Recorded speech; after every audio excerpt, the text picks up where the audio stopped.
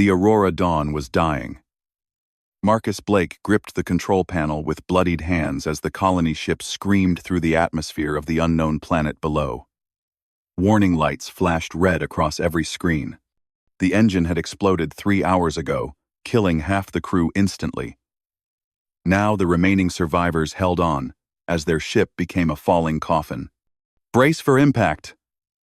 Marcus shouted into the comm system. His voice was weak. Blood soaked through his uniform, from the metal shard embedded in his side. He knew he was dying. But he had to keep the ship steady just a little longer. In the back of the bridge, wrapped in emergency blankets, his 3-month-old son Danny cried in his carrier. The ship hit the ground like a hammer striking stone. Metal screamed and tore. Marcus was thrown forward, his restraints cutting deep. Then, everything went dark. When Marcus opened his eyes, smoke filled the bridge. His whole body felt wrong, broken in ways he could not name. He turned his head slowly and saw Danny's carrier had stayed locked in place. The baby was crying, red-faced and terrified, but alive. Marcus tried to smile. At least he had done that right. "Status report," Marcus whispered into his comm. "7 survivors, Captain," came the voice of crew member Lisa Grant. "Life support is failing. We have maybe 2 days of air. Medical supplies are gone. We're stranded." Marcus closed his eyes. 7 people left from a crew of 40. And rescue would not come for months. Maybe longer. Their distress signal would take weeks to reach the nearest human outpost. By then, they would all be dead. "Captain, we have company." Lisa's voice had gone tight with fear. "Something big is approaching from the north." Marcus forced himself to look at the external cameras. What he saw made his breath catch. Massive creatures were flying toward the crash site. They looked like dragons from ancient Earth stories, with scales that gleamed like dark metal and wings that blocked out the sun. Each one was as large as a small building. Fire glowed in their throats. The crew had crashed on Drakthorion. Marcus knew that name. Every human in the galaxy knew it. This was home to the Drakmar, the most feared warriors in known space. They had destroyed entire fleets. They took no prisoners. They showed no mercy. Marcus heard his crew scrambling to find weapons. But what good would their small guns do against creatures like those? The largest dragon landed first. The ground shook. She was enormous, with scales the color of cooling lava, black and red and orange. Scars covered her body, proof of countless battles. Her eyes burned like molten gold. This had to be their queen. Marcus made a decision. It was probably stupid. It would probably get him killed. But he was dying anyway, and Danny needed someone to protect him. He dragged himself out of his chair. Pain shot through his entire body. The metal shard in his side shifted, and warm blood poured down his leg. He stumbled toward Danny's carrier and picked it up with shaking hands. The baby had stopped crying and was staring up at him with wide, confused eyes. "Lisa, open the airlock," Marcus said. "Captain, no, they'll kill you." "I'm already dead," Marcus said quietly. "But Danny doesn't have to be." "Open it." The airlock hissed open. Hot volcanic air rushed in, smelling of sulfur and ash. Marcus carried his son outside. The Dragon Queen stood before him, towering like a mountain. Her claws could tear him apart without effort. Her breath could turn him to ash. Marcus fell to his knees. He could not stand anymore. Blood pooled beneath him. He looked up at the Dragon Queen and held up his son. "Please," Marcus said. His voice was barely a whisper. "I'm dying. My crew is dying. We can't care for him. But you're a mother. I can see it in your eyes. I'm begging you. Take my son. Protect him. Raise him. I have nothing to offer you, except a father's last request." The Dragon Queen stared down at him. Marcus could not read her expression. For a long moment, nothing happened. The wind blew ash across the volcanic plain. Danny made a small noise, reaching tiny hands toward the massive creature above. Then the Dragon Queen moved. She lowered her enormous head until her eyes were level with Marcus. When she spoke, her voice was deep and filled with ancient power. The translator device in Marcus's ear converted her words. "You would trust your hatchling to me? To the monster your kind fears?" "You're not a monster," Marcus said. "Monsters don't have eyes like yours. You've lost children. I can see it. You know this pain. Please don't let my son die alone and afraid." The Dragon Queen was silent. Then, with movements impossibly gentle for such a large creature, she extended one massive claw. Marcus placed Danny's carrier into it. The baby looked so small against those dark scales. The Dragon Queen lifted Danny close to her chest. She studied the tiny human with those burning golden eyes. Danny reached out and touched her scales. He made a happy gurgling sound. Something changed in the Dragon Queen's expression. Marcus saw it even through his fading vision. Recognition. Understanding. Love. "What is his name?" she asked. "Danny Blake," Marcus whispered. "Tell him his father loved him. Tell him I'm sorry I couldn't stay." "I am Veyrath the Scorched," the Dragon Queen said. "I have burned worlds and broken armies. But I swear on my fire and my blood, your hatchling will know only warmth and protection. He is mine now. He is my son." Marcus smiled. "Thank you," he breathed. The world was going dark. But Marcus could see Danny safe in Veyrath's claws. And that was enough. His eyes closed for the last time. Veyrath stood holding the human infant as the father died. She turned to face the human crew, who watched in shock from their broken ship. "This child is under my protection," Veyrath declared. "Any who harm him will face my full wrath. He is Drakmar now." 6 months had passed since the Aurora Dawn crashed on Drakthorian. In the volcanic mountains where the Drakmar made their homes, baby Danny Blake was thriving in ways no one could have predicted. The heat that would kill most humans felt comfortable to him now. His skin had grown stronger, adapted to the warm air. He smiled and laughed as he crawled across the smooth stone floors of Veyrath's fortress. Veyrath watched her human son with fierce pride. She had arranged a special chamber for him, where the temperature was carefully controlled. Soft fabrics from the human survivors lined his sleeping nest. But Danny seemed to prefer the warmer areas, often crawling toward the volcanic vents where heat rose from deep below the earth. "He seeks the fire," said Kyrax, a young dragon who had appointed himself Danny's protector. Kyrax was barely 15 years old in dragon terms, still learning to fly properly. But he stayed near Danny constantly, watching over the small human with dedicated care. "He knows he belongs here," Veyrath rumbled with approval. She had 3 biological hatchlings, but Danny had found a place in her heart just as deep. When he was hungry, she warmed his bottles of formula against her scales.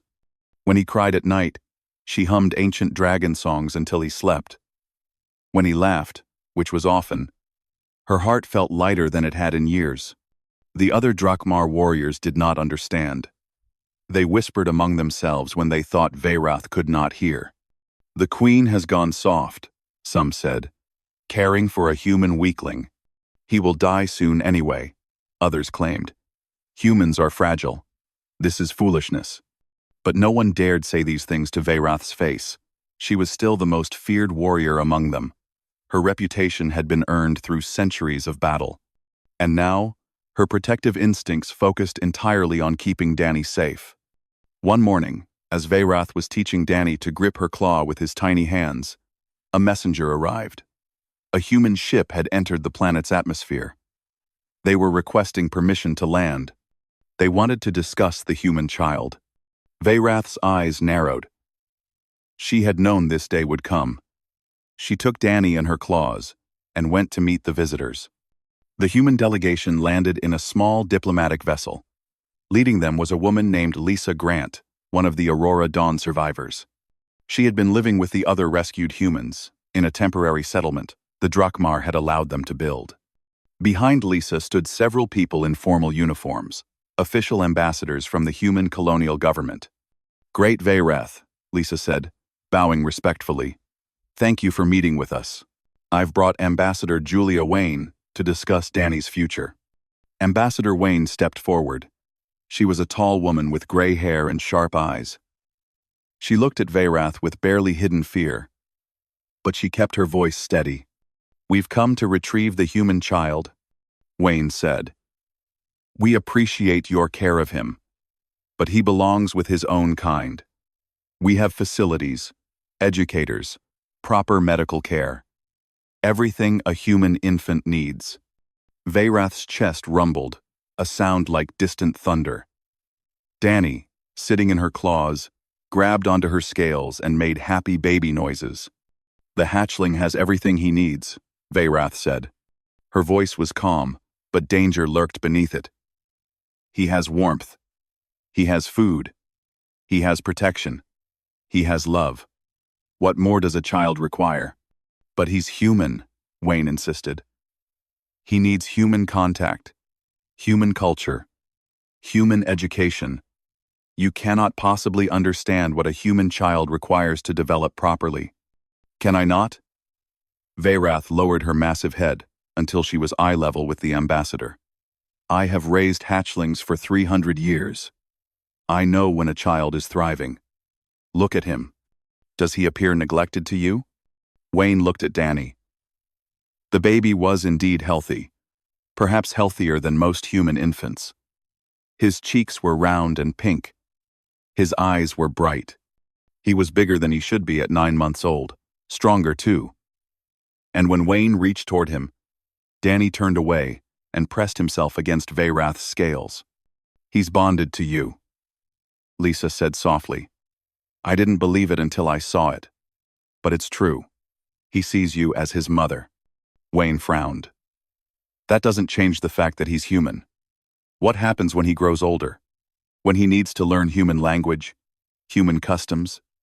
When he needs friends, his own age? He will learn all those things," Veyrath said. "The human survivors visit regularly. They teach him words. They bring him toys. But his home is here, with me. This was his father's dying wish. I made a vow. His father was dying and desperate," Wayne argued. "He didn't have time to think clearly about what was best for his son long term. We're offering Danny a real future, among his own people." Veyrath's claws tightened protectively around Danny. The baby looked up at her and reached for her snout. She lowered her head, and he touched her nose, giggling. His father knew exactly what he was doing, Veyrath said quietly. "He looked into my eyes and saw what you cannot see. He trusted me with his most precious treasure. I will not betray that trust." Wayne opened her mouth to argue further, but Lisa put a hand on her arm. "Ambassador, may I speak?" Lisa asked. Wayne nodded stiffly. Lisa stepped forward. "Veyrath, I was there the day Marcus died. I saw what happened. I know you made a promise, but I also knew Marcus. He loved Danny more than anything.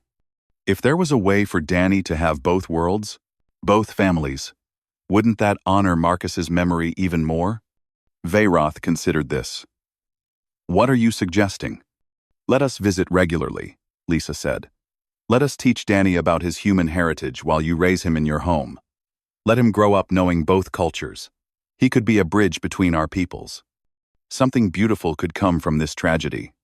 Veyrath was quiet for a long moment. Danny yawned and settled against her scales, preparing for his nap. She could feel his little heartbeat, steady and strong. "The hatchling stays with me," Veyrath finally said. "But I will allow regular visits. He will learn human ways alongside Drakmar ways. When he is old enough, he will choose his own path. Until then, I am his mother, and my word is final." Ambassador Wayne looked ready to protest, but Lisa quickly agreed. Thank you, Veyrath. That's more than fair. We'll arrange a schedule for educational visits. As the humans returned to their ship, Wayne muttered to Lisa, "This is highly irregular. The government will not be pleased." "The government isn't raising an infant on a volcanic planet," Lisa replied. "Veyrath is. And frankly, I think Danny is lucky to have her." Back in her fortress, Veyrath curled around Danny as he slept. Kyrax landed nearby, settling into his usual protective position. "They will try to take him again," Kyrax said. "Let them try," Veyrath replied. "I have faced worse threats than diplomats with paperwork. Danny is mine, and I protect what is mine." Danny smiled in his sleep, safe in his dragon mother's embrace. 4 years had passed, and Danny Blake was no longer an infant. At 4 years old, he ran through the volcanic fortress with the confidence of a child who knew he was loved and protected. His skin had adapted remarkably to the heat, turning slightly bronze from constant exposure to the warm volcanic air. His lungs were strong from breathing the mineral-rich atmosphere. He was taller and sturdier than most human children his age. Danny spoke 2 languages fluently. He chatted with Veyrath and the other Drakmar in their deep, rumbling tongue. He talked with the human visitors in English. To him, switching between languages was as natural as breathing. He saw no difference between his 2 worlds. Every morning, Danny attended human lessons through a hologram projector Lisa had installed in his room. A teacher named Miss Caroline appeared as a shimmering image, teaching him numbers, letters, and stories about Earth. Danny sat cross-legged on the warm stone floor, his favorite dragon hide blanket wrapped around his shoulders, answering questions and practicing his writing on a digital tablet. But in the afternoons, he learned Drakmar lessons. Veyrath taught him the history of her people, the songs of the ancient dragons, and the philosophy of strength through honor. Kyrax, now a strong young dragon, taught Danny how to climb the volcanic rocks and swim in the hot springs that bubbled throughout the mountain. "Higher, Danny," Kyrax called out as the small boy climbed a gentle slope. "Use your legs, not just your arms." Danny laughed and scrambled up the rock face. When he reached the top, he threw his arms in the air triumphantly. Below, Veyrath watched with her golden eyes, full of pride. The galactic community, however, was not so pleased. News had spread across human space about the boy being raised by dragons. Some people thought it was wonderful. Others thought it was dangerous. Many thought it was simply wrong. A human psychologist named Dr. Helen Carter arrived on Drakthorion with official authorization to assess Danny's well-being. She was a serious woman with kind eyes and gray streaks in her dark hair. She had evaluated hundreds of children in unusual circumstances, but never anything like this. Lisa Grant met her at the landing pad. "Dr. Carter, welcome. I should warn you, Veyrath is very protective. Don't make any sudden moves or demands." Helen nodded. "I'm here to help, not to judge. I just need to see if Danny is developing properly." They walked together to Veyrath's fortress. The Dragon Queen was waiting at the entrance, Danny sitting on her lowered forearm like it was a throne. The boy wore simple human clothes, shorts, and a shirt, but around his neck hung a pendant made from a dragon scale.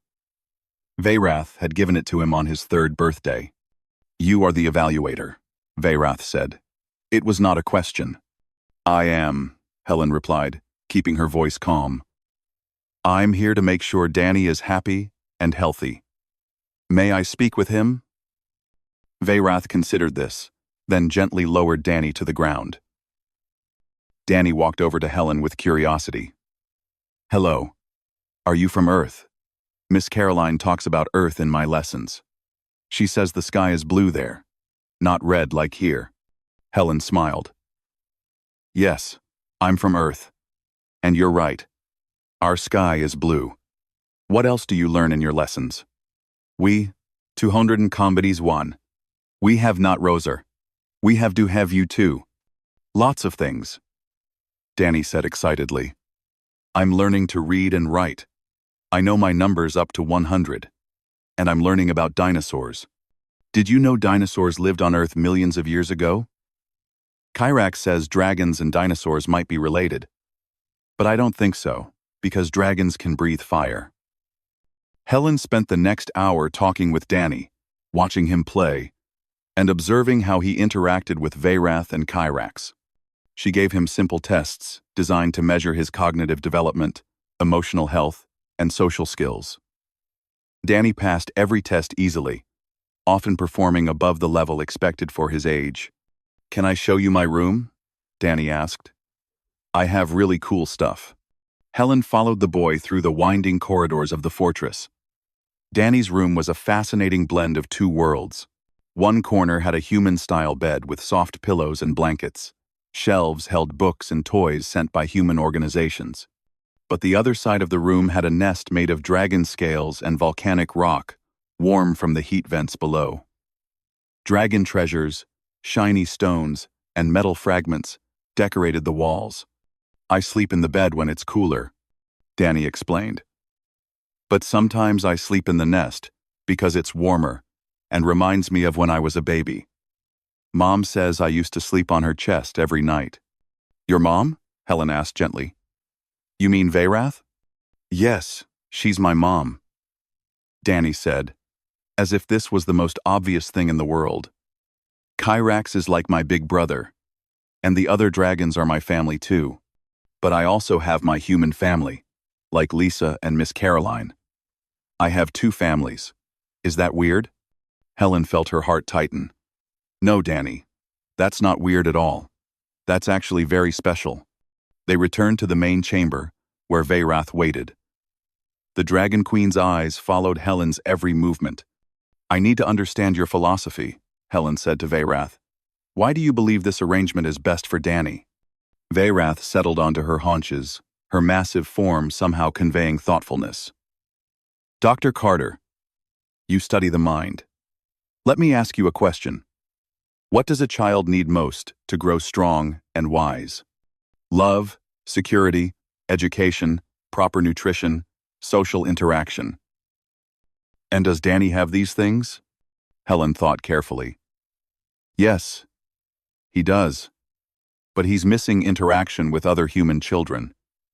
He's learning human culture secondhand, through screens and occasional visits. What happens when he's older and realizes he's different from both humans and Drakmar? Then he will be unique," Veyrath said simply. "Is that not a gift? My people believe strength comes from many sources. Fire, yes. Claws and wings, yes.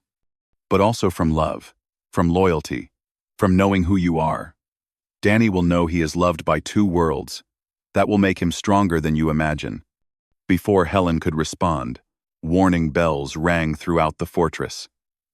Kyrax burst into the chamber, his eyes wild.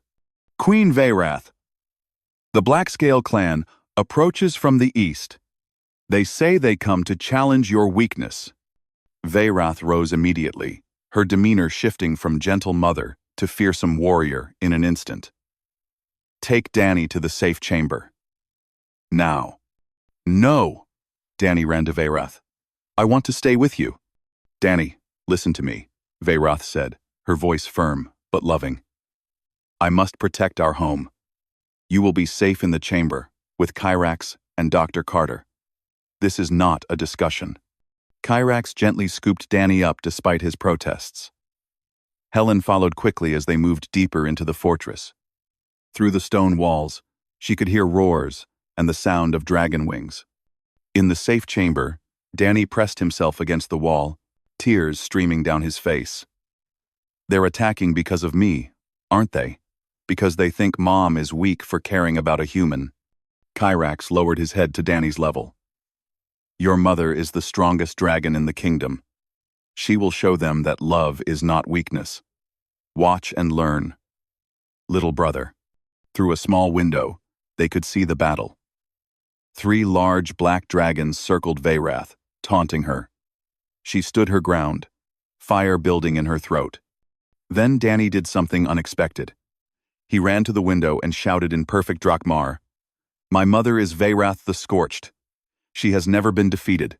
She fights with honor and strength.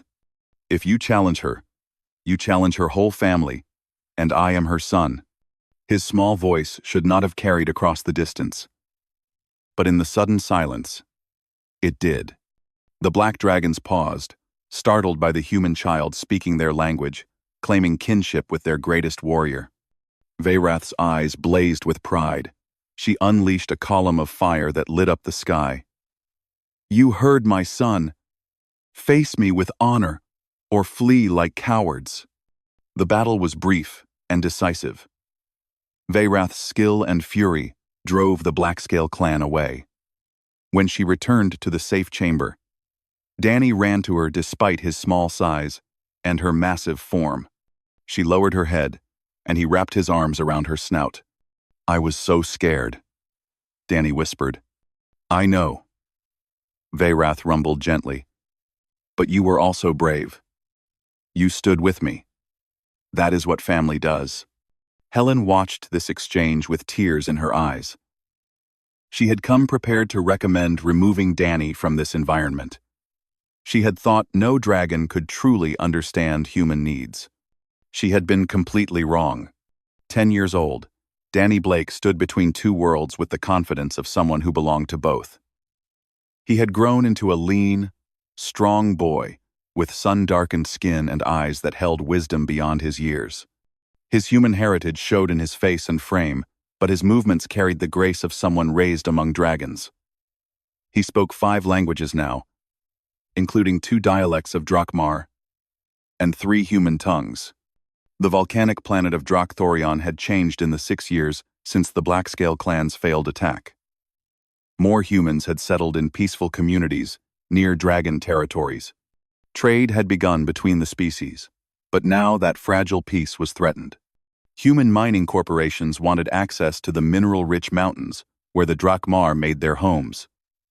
The dragons saw this as an invasion of their sacred lands. Tensions were rising on both sides. Ships gathered in orbit.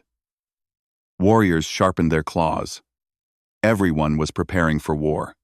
Danny heard the adults talking and felt his stomach twist with worry. He could not let his 2 families destroy each other.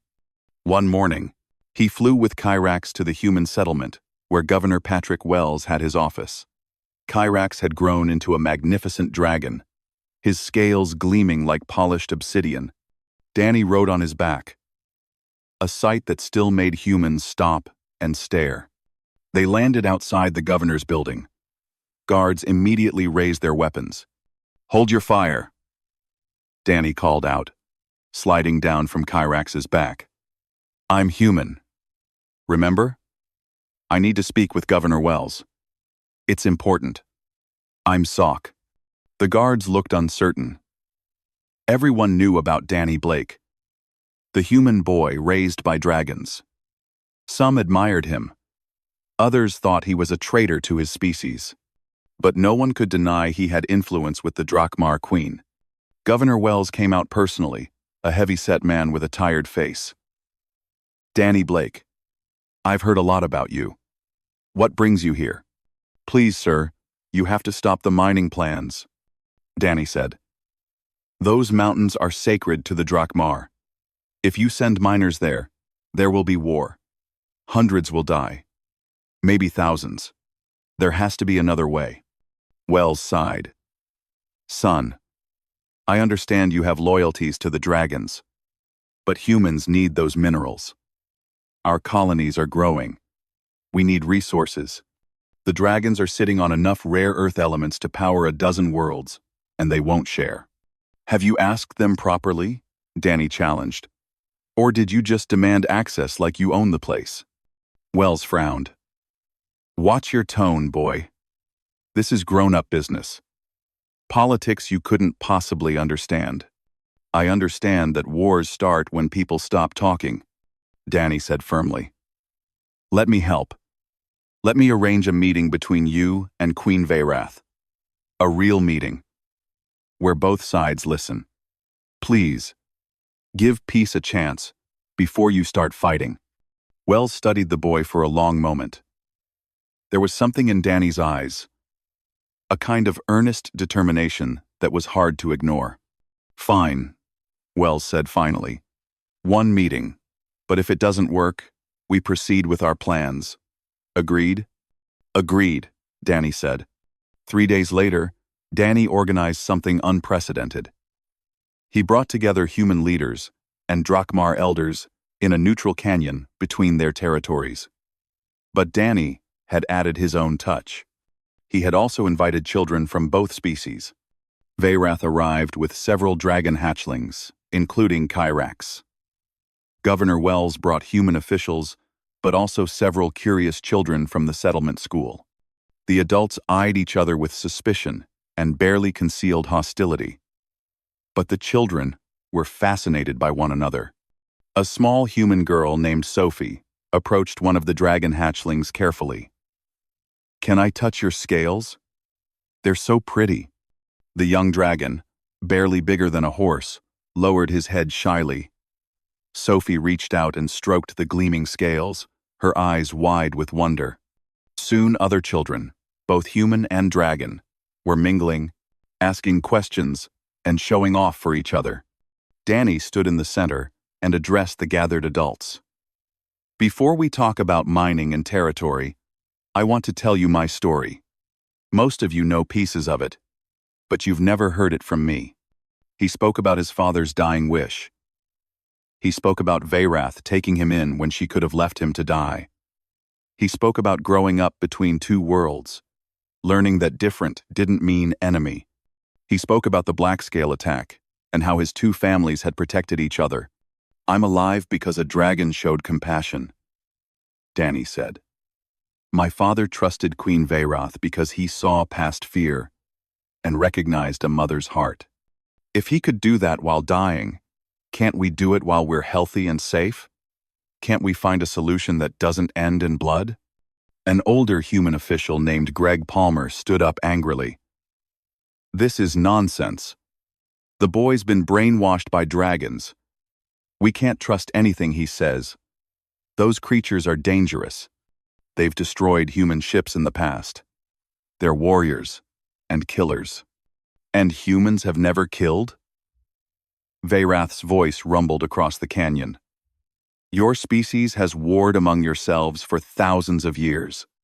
Glass houses, as you say, and stones. See." Palmer gestured wildly. "They're hostile. They won't negotiate in good faith. This whole meeting is a waste of time. We should just take what we need by force." Danny felt anger rising in his chest.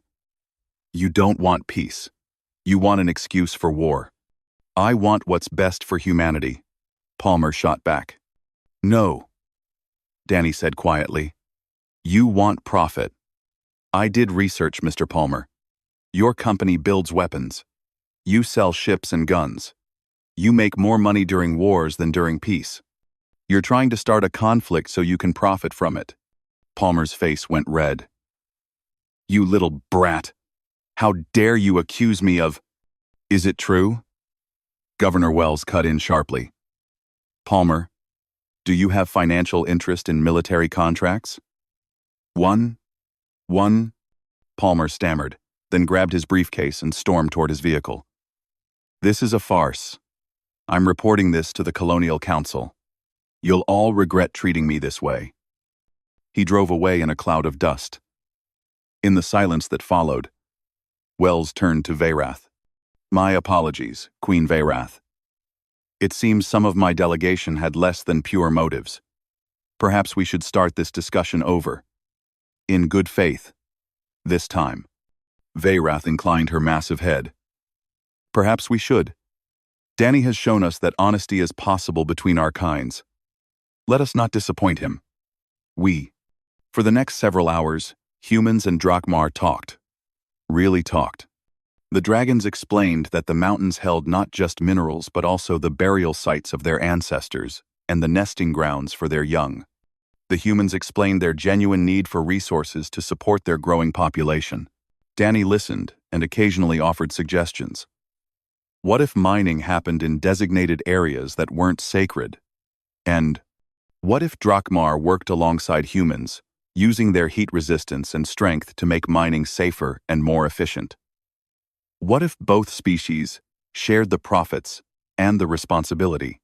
By sunset, a preliminary agreement had been drafted. It wasn't perfect, but it was a start. Both sides agreed to a joint commission to explore sustainable mining practices that respected Drakmar sacred sites. They agreed to a cultural exchange program. They agreed to keep talking instead of fighting. As the meeting ended and beings from both species prepared to leave, Sophie, the human girl, was sitting on the young dragon's back, giggling as he gave her a gentle ride around the canyon. Her parents watched nervously, but the dragon was careful and sweet with his small passenger. Governor Wells approached Danny and extended his hand. "You did good today, son. Really good. You might have just saved a lot of lives." Danny shook his hand. "I just didn't want my families to hurt each other. That's all." Veyrath came over, lowering her head to nuzzle Danny gently. "Your father would be proud. You used words and wisdom instead of claws and fire. That is true strength." Kyrax landed beside them. "The hatchlings are asking if the human children can visit the hot springs sometime. They want to play together again." Quote. Danny smiled. "See? The children already understand. They don't see enemies. They just see potential friends. Maybe we adults should learn from them." As the stars began to appear in the red sky above Drakthorion, Danny stood with his dragon family on one side and his human friends on the other. The war that had seemed inevitable that morning now seemed impossible, not because of treaties or agreements, but because people from both worlds had looked into each other's eyes and seen themselves reflected back. One small boy, raised by a dragon, had reminded everyone that family wasn't about species or biology. It was about choosing to care, choosing to understand, and choosing love over fear. The bridge between two worlds had been built, one conversation at a time. 6 years had passed since the peace treaty between humans and Drakmar. Danny Blake was now 16 years old, standing at the crossroads of his life. He had grown tall and strong, his body lean and muscular from years of climbing volcanic mountains and swimming in hot springs. His skin was deeply tanned, almost bronze.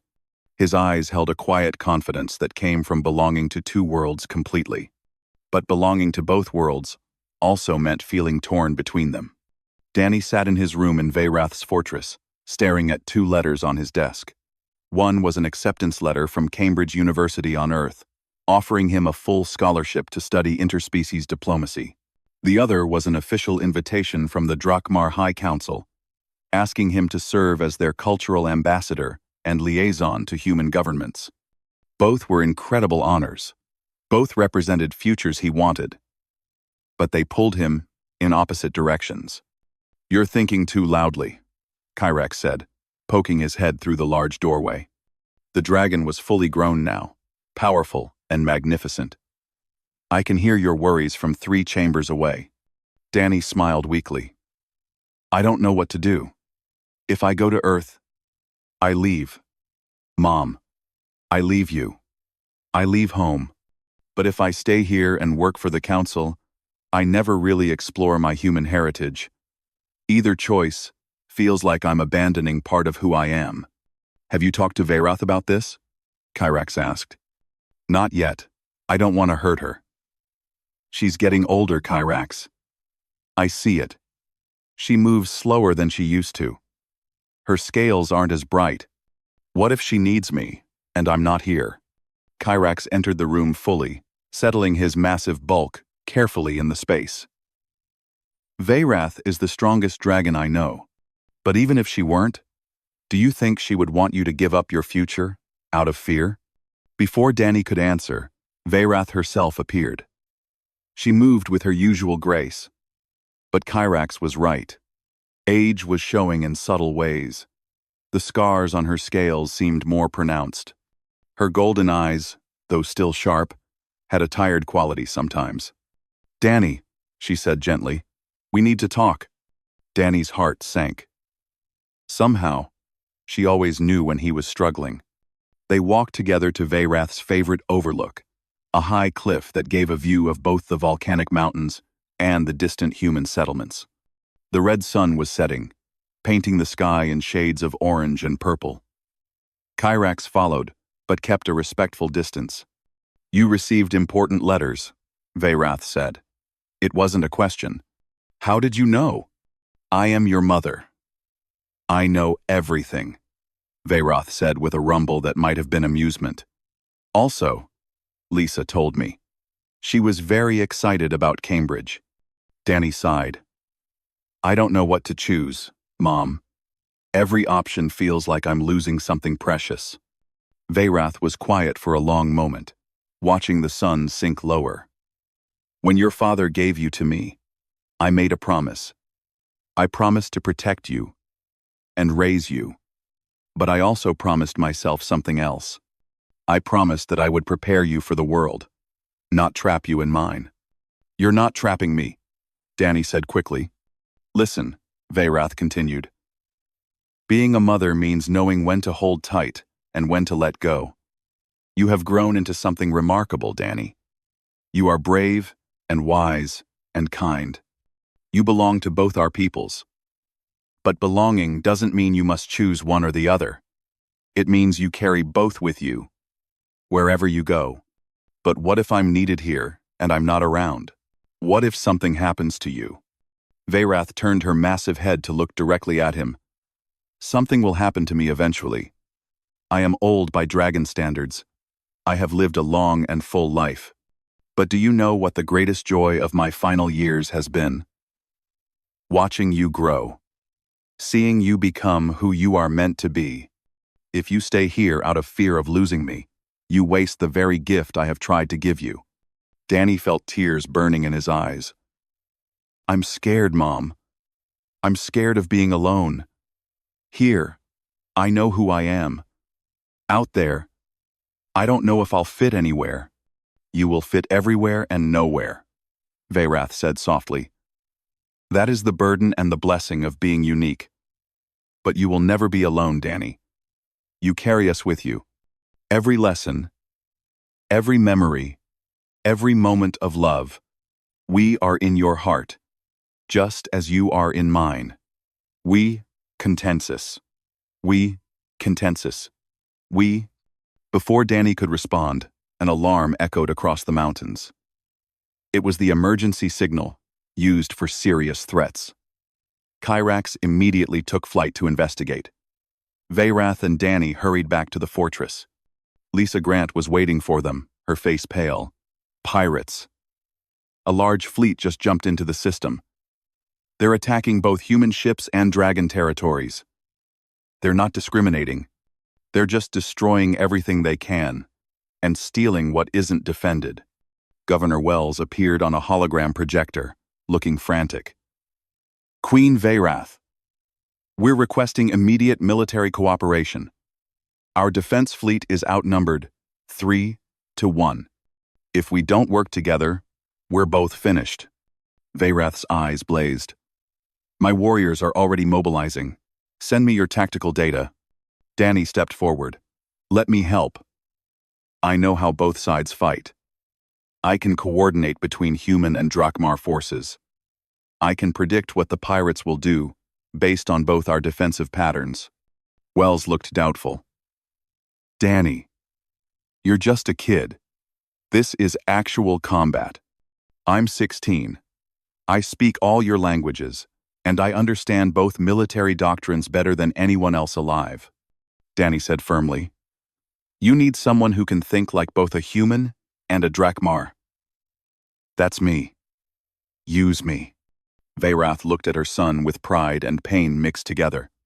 This was the moment she had prepared him for, even though it terrified her. "He's right. Danny will coordinate. I will lead the dragon forces. Governor Wells, you lead the human fleet. Together, we end this threat." The battle that followed became legendary. Danny positioned himself in the Joint Command Center, holographic displays showing him both the space battle and the atmospheric combat. He spoke rapidly in multiple languages, directing human fighters to cover dragon blind spots, sending dragons to reinforce human positions that were weakening. He saw patterns in the pirate attacks that neither side alone would have noticed. Group 3. Swing wide left. There's a pirate squadron trying to flank you. He called to a human pilot. Dragon Wing 7, dive lower. The pirates are mining the upper atmosphere, he warned in Drakmar. Kyrax flew combat missions but stayed in constant communication with Danny, trusting his brother's tactical mind completely. Veyrath led devastating strikes against pirate cruisers, her experience and power on full display despite her age. The battle lasted 8 hours. When it finally ended, the pirate fleet was in full retreat. Humans and Drakmar had fought side by side, protecting each other, winning together. In the aftermath, as both species celebrated their victory and mourned their losses, Danny stood with Veyrath on the overlook once more. The red sun was rising this time, bringing a new day. You saved many lives today, Veyrath said. Both human and Drakmar. You did what only you could do. We did it together, Danny said. Like we always have. Veyrath nodded slowly. And now, you know what you must do with your future. Danny realized she was right. The battle had shown him clearly. I'm not choosing between worlds. I'm building a bridge between them. I'll go to Cambridge, but I'll come back regularly. I'll study human diplomacy, while maintaining my work with the Drakmar Council. I'll create something new, something that connects both peoples permanently. Yes, Veyrath said, her voice filled with satisfaction. You will create an academy, a place where humans and Drakmar learn together from childhood. You will raise a generation that doesn't see the division you have always fought against. The Blake Academy, Danny said, the idea forming fully in his mind. Right here, near your fortress, where both species can study, train, and grow up together. Just like I did. Just like you did, Veyrath agreed. Your father's desperate act of love created you. Your life will create something even greater. A future where no one has to choose between families because everyone understands that we are all one family. Over the next months, Danny worked tirelessly. He accepted both offers, but modified them to fit his vision. He would study at Cambridge remotely while building his academy on Drakthorion. Governor Wells and the Drakmar Council both endorsed the project enthusiastically. The joint victory against the pirates had proven the value of cooperation. On the day the academy officially opened, students of both species arrived nervously. Danny greeted them personally. A young human woman named Sophie, now a teacher. At his side, she had never forgotten her first dragon friend from that peace meeting years ago. Veyrath watched from the mountainside as Danny addressed the students in the courtyard below. Her son stood tall and confident, speaking words that inspired rather than divided. Kyrax landed beside his mother. He did it. He actually created something new. He always was extraordinary, Veyrath said softly. From the moment his father placed him in my claws, I knew he would change the world. Are you sad that he's dividing his time between so many responsibilities? Kyrax asked. No, Veyrath said. I'm proud. A parent's job isn't to keep their child close forever. It's to give them wings, whether those wings are metaphorical or actual. Danny has his wings now. He's flying exactly where he needs to be. In the courtyard, Danny concluded his speech. This academy exists because my father trusted a stranger, because my mother chose love over fear, because warriors from both our peoples decided peace was stronger than war. You are all here because someone believed in building bridges instead of walls. Now it's your turn. Learn from each other. Grow together. Create a future where the question isn't human or Drakmar, but simply us. The students cheered, their voices mixing human and dragon sounds in a chorus that had never been heard before. That evening, Danny sat with Veyrath in their favorite spot, watching the stars emerge in the darkening sky. Are you happy? Veyrath asked. Danny leaned against her scaled leg, just as he had done as a small child. I'm exactly where I belong. With my family, serving my purpose, building something beautiful. Yes, Mom. I'm happy. Veyrath rumbled contentedly, wrapping her tail gently around her son. Then I am happy too. High above, the stars shone down on a volcanic planet where dragons and humans no longer saw each other as alien and other. They saw classmates, colleagues, friends, and family. One small human boy, raised by the deadliest dragon in the galaxy, had shown them all that love transcends every boundary. Marcus Blake's dying wish had created more than just safety for his son. It had created hope for an entire galaxy. And that hope had a name. It was called family. Claude is AI and can make mistakes. Please, double-check responses.